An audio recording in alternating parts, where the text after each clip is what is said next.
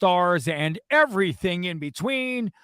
This is birthday week for Richard Bazzi. So I want to start by wishing Richard Bazzi a happy birthday from just the other day. He's the star. I'm Bubba from 100.7 Star. And on with us today is a friend of Richard's for many years, Mark LaNeve. Welcome to Cars, Stars, and everything in between.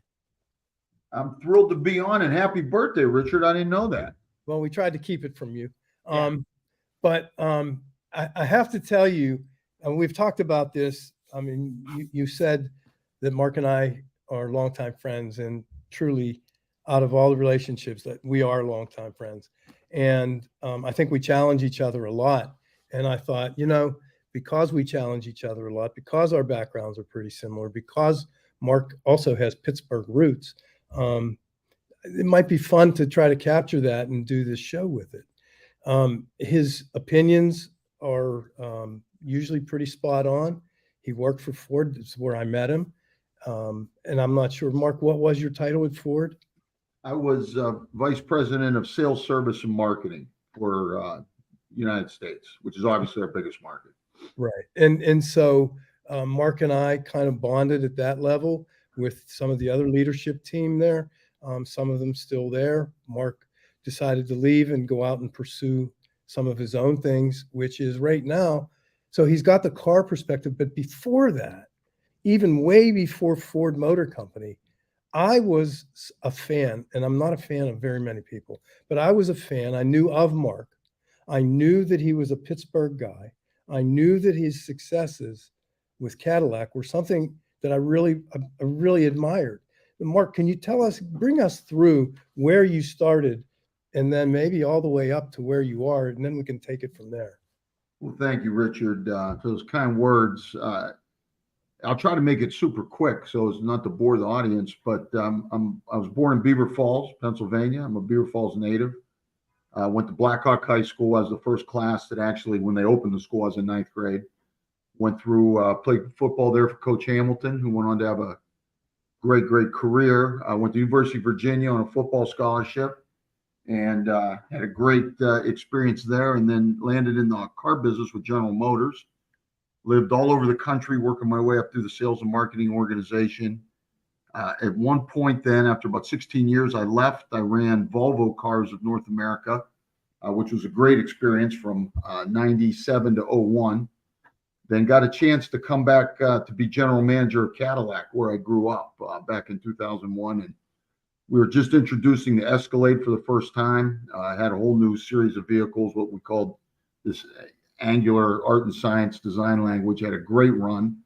We doubled retail sales with the help of a great dealer body from 120 to 240,000 in 3 years. Richard could tell you that's almost unheard of in the car business. And because of that, they promoted me to run all the divisions. So I was actually head of sales, service, and marketing for all 9 vehicle divisions at that time in 05.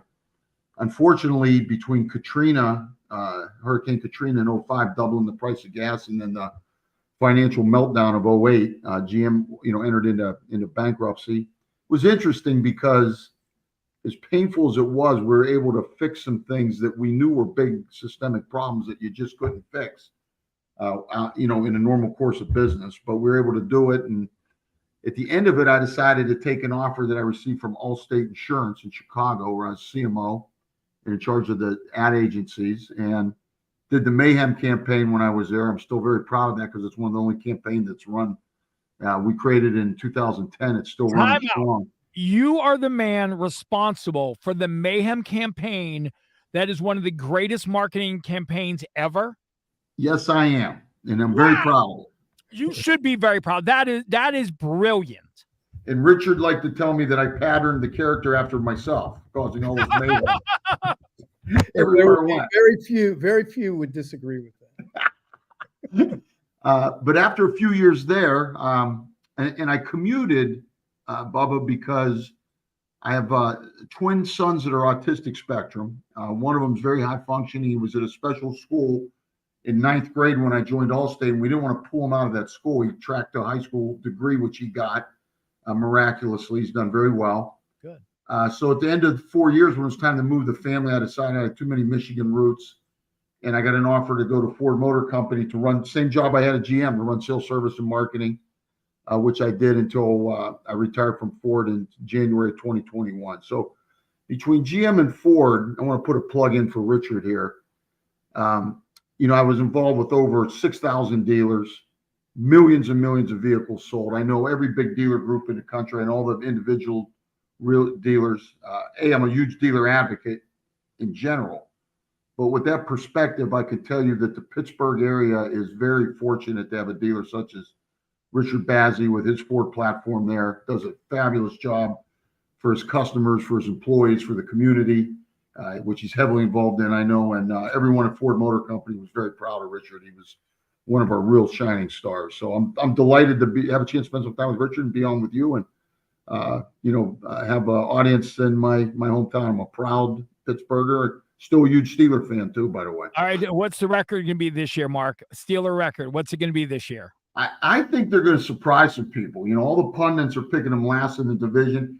Every freaking year they pick the Browns to be better than us, and every year they're wrong. We're always better than the stinking Browns. And tough division. Joe Burrow's in Cincinnati's good. Baltimore's always good, but I think they get 10, 11 wins and sneak into the playoffs. I think Kenny Pickett's going to make. A, I like him anyway, and B, I think he's going to make a big step. And I like their draft and some of the acquisitions in the offseason. I think it'll be pretty good. I agree. Mark's pretty good at this. He played in Division I, right? And some of his greatest friends are NFL alumnus. Who's that quarterback? What's that guy's name?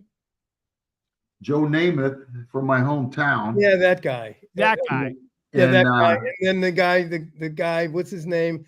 He's a Boom. He's a Bam. What is he? Boomer sign. That guy too. That guy too. Yeah, just some minor. Between all of our sponsorships, the NFL within the Hall of Fame with both GM and Ford and Allstate, actually, I've gotten to know quite a few guys. Personal friends with Boomer Esiason, Phil Simms, Howie Long. Got to know Terry Bradshaw through Howie, who's obviously a Pittsburgh legend and quite a guy. And then Joe Namath I've gotten to know over the last dozen years. And Joe and I are both from the lower end of Beaver Falls. So we're not even from the nice part of Beaver Falls. We're from the lower end down by the railroad tracks. And we both went to St. Mary's Catholic Grade School, which doesn't exist anymore. The church and the school are gone. And we were both coached there by my late father, Jack LaNeve, who worked at Babcock and Wilcox for 30 years. And he coached the grade school team. And I like to joke when I would introduce Joe that obviously Joe listened to him better than I did because he's in the Hall of Fame and I'm selling cars. But we both had that shared experience. That's so cool. Really is. Mark, let me just bring this back a little bit because I'm not sure. It seems like you had tremendous foresight when you retired and then to walk into a company that you're running now, Charge, that is seemingly at the perfect time as this whole industry pivots towards electric. And Charge, if you can tell us about Charge, because I also saw something today that I think I should congratulate you on, where Stellantis, AKA Chrysler Corporation, the old Chrysler Corporation, has chosen you, Charge, as one of their 4 preferred vendors for their dealer body. I think 2,600 dealers that they've chosen Charge. And so it just seems like you had that sense of timing to move from be part of, if you will, to be part of this whole transition. And the transition to the car business, in the car business right now, is really kind of cool. And people talk about electric and all that. And I have some perspectives that I'd like to share, but I'd like to hear yours. And we will get that when we return. This is Cars, Stars, and everything in between on 100.1 FM, AM 1020, KDKA.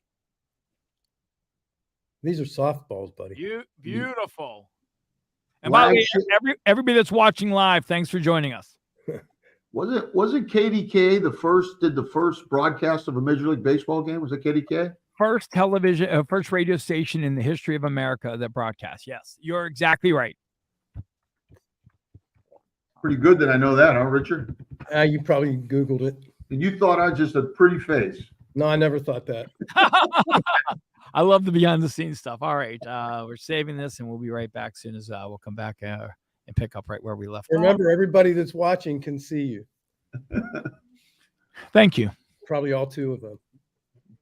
You never know. But it lives in infamy or infant, whatever I'm trying. All right, here we go. 100.1 FM, AM 1020 KDK. This is Car Stars and everything in between. He's the star, Richard Bazzi from Schultz Ford, schultzford.com. I'm Bubba from 100.7 Star, and Mark LaNeve is with us. And when I rudely interrupted your question, you were talking about Charge, Mark, the company that you have now. And Richard was talking about this transition, which is just amazing. Yeah, and I was asking Mark for his perspective, how he sees this transition. Yeah, it's really interesting, the whole evolution that we're going to experience over to electric vehicles, which by the way, I fundamentally believe is going to happen. We can argue about how, or we could debate about how long it's going to take. But just to kind of break it into pieces, the company that I work for, I'm president of a company publicly traded called Charge Enterprises. The division I'm involved in is what we call Charge Infrastructure. And we do infrastructure solutions for businesses. So, and many of our clients today are car dealerships, including Richard's, the Schultz platform in Pittsburgh, where we'll go in and install fast charging, the DC fast chargers that can give you 250 miles in 20 minutes. The level 2 chargers, which are about 20, 30 miles an hour and really good for, more longer dwell times, 4 hours or better. And then in the case of like a dealership, we'll put NEMA charge plugs in every other stall in the service department, so the vehicles come in, they can be charged. These are not inexpensive projects because you usually have to bring in a new transformer. You got to lay a heavy conduit line. You got to have switch gears. I'm not going to bore everybody with it, but a big dealership can run $500,000 to $1 million just to put this infrastructure in to be able to sell and service the vehicles and take care of their customers. When I was at Ford, if you move to the vehicles, I was heavily involved with the conception and the launch of the Ford Mach-E and the Lightning F-150 pickup. These are fabulous vehicles to drive, unbelievable low-end torque, very latest technology. And I'm speaking, Ford products are great, but across the board, electric vehicle experience, I think, is a really good experience. As we get further along with it and more vehicles come to market that are, there's going to be more and more offerings from Ford, from all the major OEMs, from some of the startups that are coming in, and these vehicles become more mainstream. I think it's going to be really important that customers have a resource that they can rely on. And in my mind, that's a dealership that operates in their area. Tesla decided when they launched to not have a dealer body. I could tell you that the Tesla product was so far ahead of its time that people would have bought it from a dealer direct, like they end up doing. They'd have bought it from a 7-Eleven if they needed to. But now everybody else is catching up. This other product, certainly that Ford has and the other OEMs, is every bit as good as a Tesla. Customers can get great range, 250, 300 miles. Most cases, the average I think that the U.S. Individual drives is 50 miles a day, so it's usually adequate range. But people are anxious about it, so it's important that we have solutions for people to get fast charging when they're on trips or going back and forth for longer commutes. Ford announced an alliance with Tesla on their supercharging network, and dealers like Richard putting in the infrastructure. Housing communities putting in infrastructure, office complexes, hotel chains, health clubs, restaurants, those are all customers of ours. And I think as people see that there's fast charging solutions, some of that range anxiety will dissipate. And then I believe that, the adoption that needs to happen will happen. But in the meantime, dealers, as they've always been, have been the pointed end of the spear. They're right out in front with this. And customers of EVs are no different than a customer of a gas vehicle.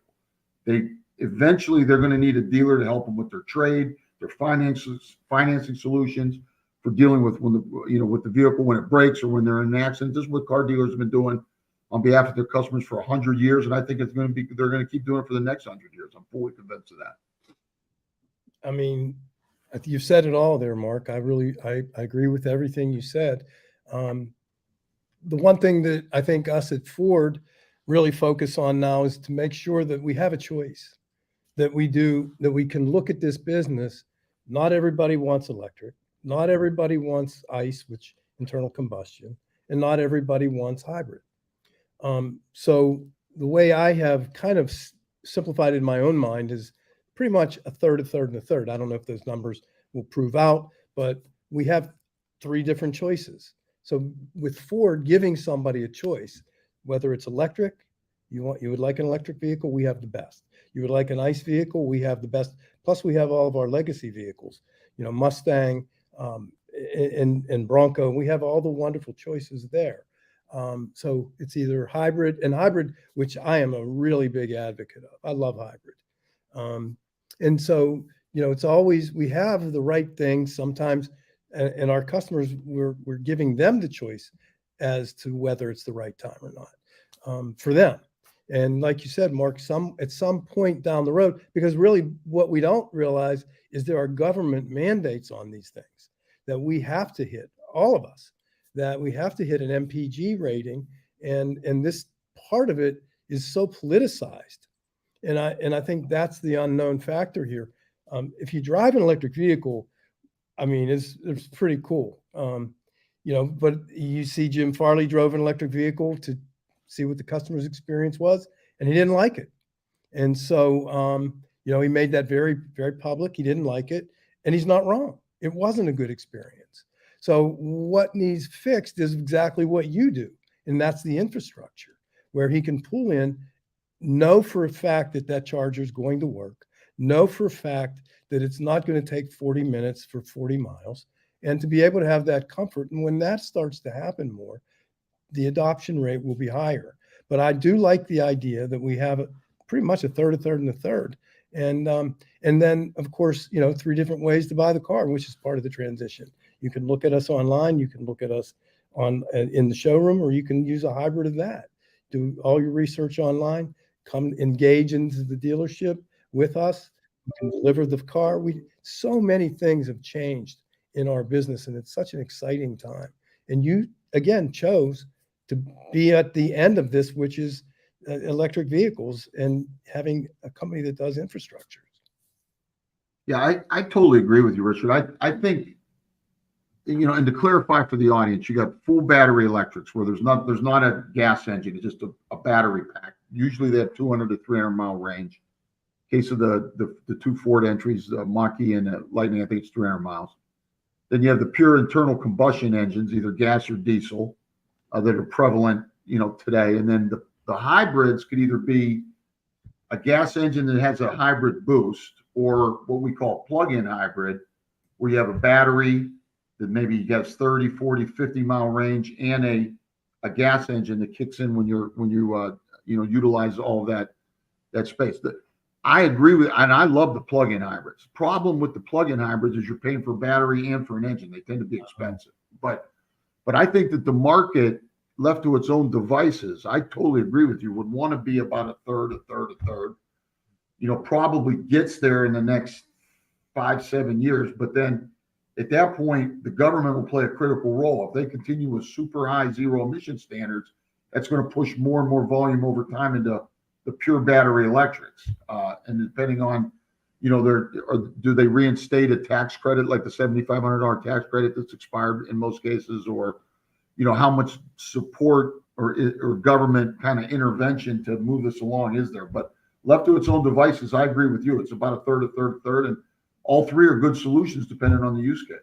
Yeah, I agree with that, Mark. And I think it does become, that's why I said it's never been so politicized, because I also don't think that you can force the market. I don't think that if the government mandates, whatever their zero emissions or zero carbon, whatever they want from it, doesn't mean people are going to accept it. And I don't think you can force that. And I think that no matter what the product is, product drives everything. Here's my example to that. I was driving, and with all due respect, I'm not criticizing anything, but I drove past a competitor who's a General Motors dealer, and he had a new electric Hummer. Now, I have to tell you, I'm a car freak, so it doesn't matter what it is. I love cars. I saw the Hummer and thought it was really cool. Okay. And it is. I would have, if I was in the market for that vehicle for a Hummer, I didn't ask, is that gas? I didn't ask if it was electric. I didn't ask those questions. I just said, that's a beautiful vehicle. It looks cool. I want to buy it. And it doesn't matter. So, and that goes back to your Tesla example. Tesla was the shiny copper penny before anybody else was. And so that's what drove it, not their structure, not did you buy it from a dealer, didn't you buy it from a dealer? Is it electric? Is it, I mean, they were the shiny copper penny. And so I agree with a lot of what you said. And it's going to be an interesting time. But if we balance it, a third, and a third, you're right. It will be left to its own devices if we don't have a government intervention. That's right. And I just want to reemphasize that one point is that, I drove the Tesla Y back in, I think, 2016, the one that had the gull wing doors. It was their first SUV, about 100 grand, 110 grand. I drove it as a test car. Ford had one in the fleet. And it blew me away just how far in advance it was of anything that was out there. So therefore, customers that wanted that had to buy it from Tesla and had to buy it direct. And in many cases, it was wealthy people, and it was the third or fourth car in their garage. And at least early on, they become a little more mainstream now. And so there became, because of that, of Tesla and Elon, such a icon and kind of cultural folk hero in many ways. People thought electric car customers are different, fundamentally different, and don't want to buy through a dealer. That's bull. I'm not going to swear online here. I mean, on a video. And it's ridiculous to think that customer is fundamentally different than a nice customer. It just, Tesla was the market leader, and that's the way they decided to go to business. But over time, what happens when the vehicle, when it's your mainstream car, it's the only car you got, it's got to get you to work, it's got to pick up your kids from soccer practice, and it breaks. Right now with Tesla, you got to call, get a service center. They may ship a car to you, they may not. I don't even know how it works. I just don't, fundamentally, most customers aren't that happy with it. But, a dealer could do what they've always done. They're in your local area.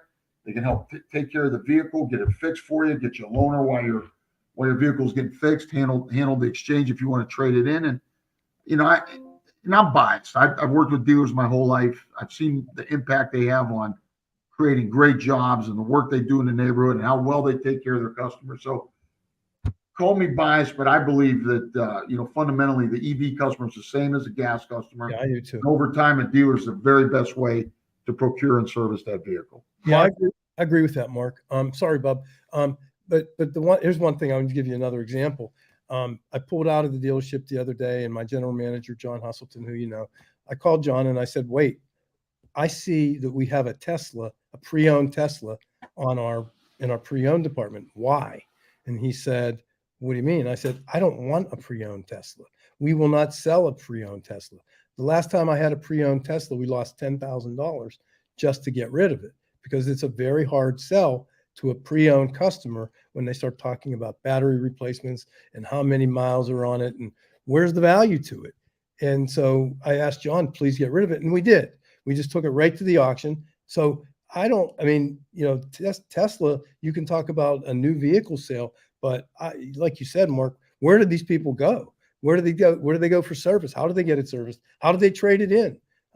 It's really the biggest problem for Tesla right now is they do not have a dealer body. Wow.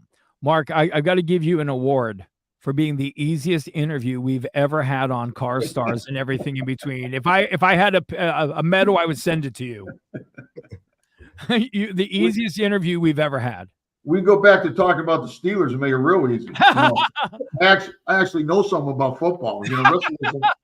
Hey, so Mark, I do another show with Colin Dunlap, and I have been saying probably for 2 months the Steelers win the division.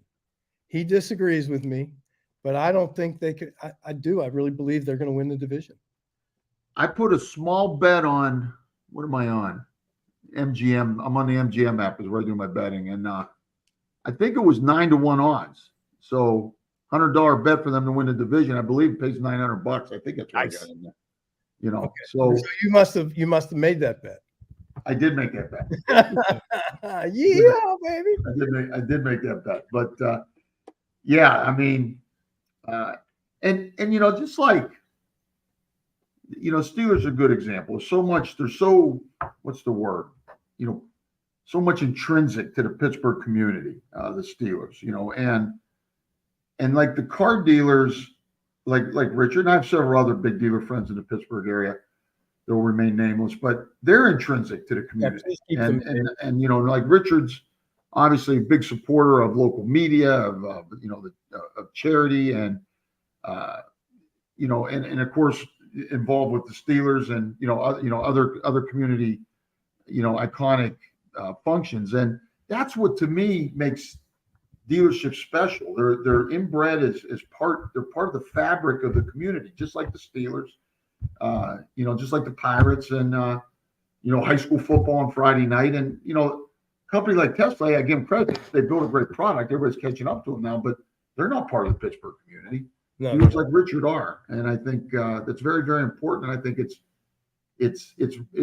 better longer term for the customers when you have that wrapped around local businesses that can be part of that whole buying and servicing experience with your vehicle, which is a major purchase. Second biggest purchase for most people. And the great news is Bill Ford and the Ford family know that too. Correct. And so then I do have to put a plug in here for my next dearest friend that was at Ford and still is at Ford, and that's who it is. It's Andrew Frick, who I just love, and you know that, and you love him too. So he replaced me, and he's great. He did replace you. That's funny. I didn't. It was a good time for me to go. I was ready for my late career where I got a lot more flexibility. When I was working for Ford, I had to work too hard. Now I kind of come and go as I please. So it's not a big deal. Where can I sign up for that job? Mark LaNeve, thank you for joining us for Cars, Stars, and everything in between. Been a pleasure.